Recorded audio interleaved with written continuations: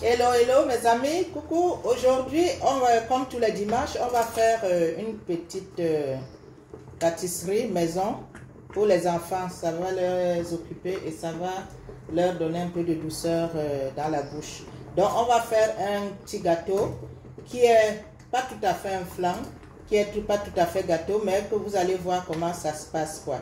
Donc là, du coup, je prends mes morceaux de beurre que je mets dans disons une poêle. J'allume mon feu. Ok, là j'allume le feu, vous voyez bien, c'est allumé. Ici parallèlement j'ai un autre contenant avec de l'eau chaude et ma poêle que je mets à chauffer. Vous voyez le contenant, l'eau en train de bouillir là, et ça attend la pâte. Donc on commence donc par la première opération qui consiste à tourner notre voilà, à tourner notre beurre au feu. Vous allez voir, on ira d'un trait, donc on n'aura pas besoin de s'arrêter à mi-chemin. Dans la composition de ce gâteau, il y a ici du lait demi-écrémé, vous avez un peu de, vous voyez, de blé, vous avez du sucre, vous avez de la farine de blé, vous avez un peu de raisin sec que j'ai mis préalablement à mouiller, à tremper. Vous avez du citron, parce que je râperai un peu de citron pour ajouter du goût dans ma préparation. Vous avez du sucre vanillé.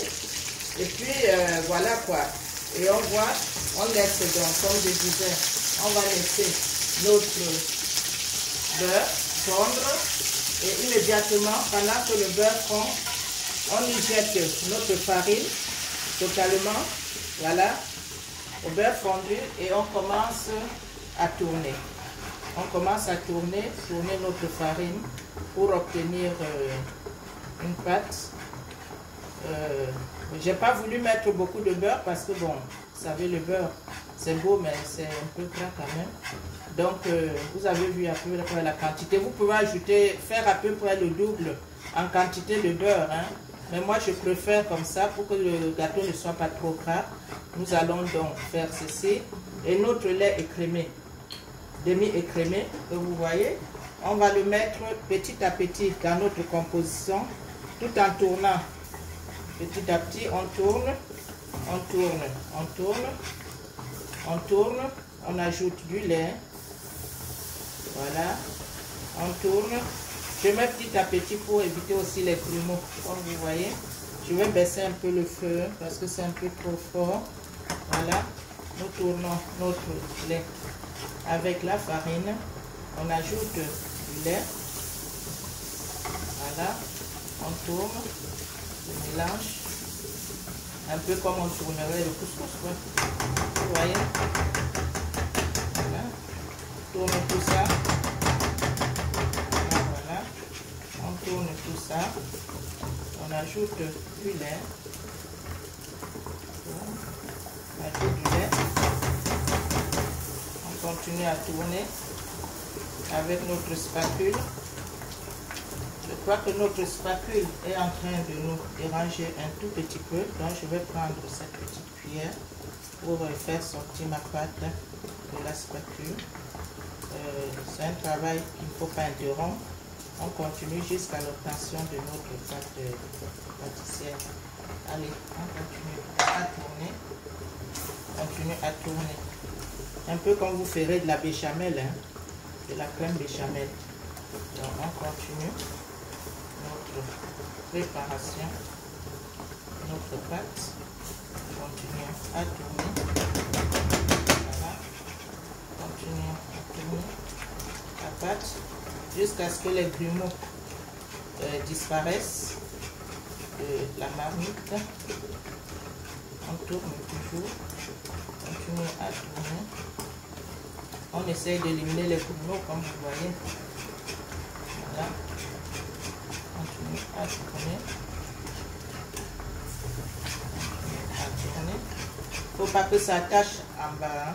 Sinon ça va donner une couleur de brûlé. Il ne faut pas que ça attache. Nous continuons à tourner notre farine pâte.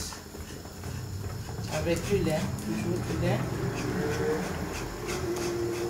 Je supporterai de voir comment on tourne. Voilà. On continue. Voilà. On va disparaître, on doit faire disparaître les plumeaux le plus possible. Ça ne va pas disparaître totalement, mais bon, on fait de notre mieux. Vous voyez que ça prend un peu le bas. Donc, il faut être très rapide. Et je crois qu'il faut d'ailleurs baisser encore un peu le feu. Voilà. Nous continuons avec notre lait. On continue à tourner, à mouiller et à tourner.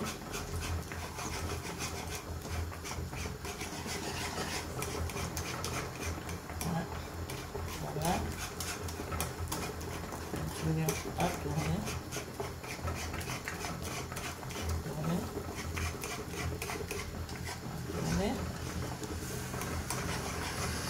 Et pendant qu'on tourne comme ça, nous en profiterons pour mettre un peu de sucre.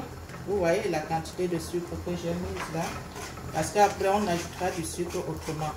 Donc là, j'ai ajouté du sucre dans notre préparation. Pas trop de sucre. Parce qu'on évite quand même le trop sucré. On va continuer à tourner.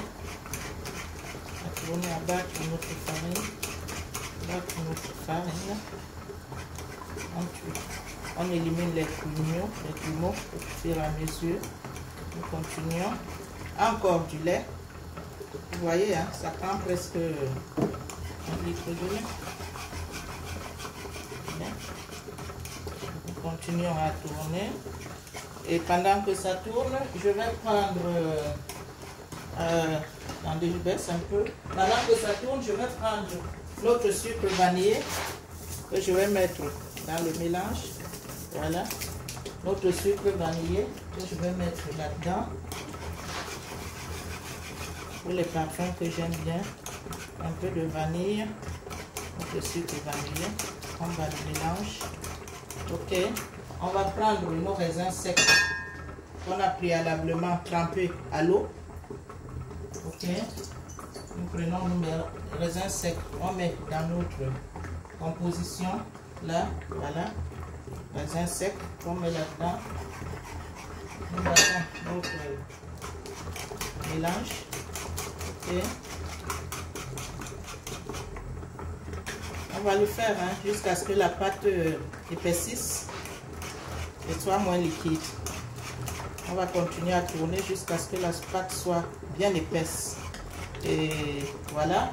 Mais moi, j'ajoute généralement un peu de citron râpé que j'ai préalablement nettoyé, bien sûr, pour ajouter du parfum dans ma préparation. C'est-à-dire qu'en dehors du sucre vanillé, j'aime bien sentir l'odeur du citron dans mes pâtisseries.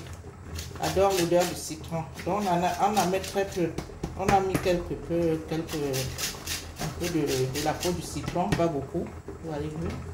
Juste pour parfumer également au citron. Et puis je vous reviens dès que la pâte est prête pour la deuxième composition. Autrement, je crois qu'elle est même presque prête. Hein. C'est pas la peine d'arrêter. Nous allons continuer parce qu'entre temps, vous avez vu notre eau. Notre moule est toujours à l'eau bouillante. Elle attend la pâte. Ok. Nous continuons à tourner. Là, on n'ajoute plus de lait. Hein. On essaie d'avoir une pâte un peu plus épaisse que ce que vous voyez là. Voilà. Je vais éteindre de ce côté-ci. Parce qu'il faut que la pâte soit bien faite, qu'elle tiédisse. Quand elle sera bien tête, nous allons mettre dans notre moule. Et on va continuer le jeu. Donc on continue. Et je vous dis à tout à l'heure, les amis.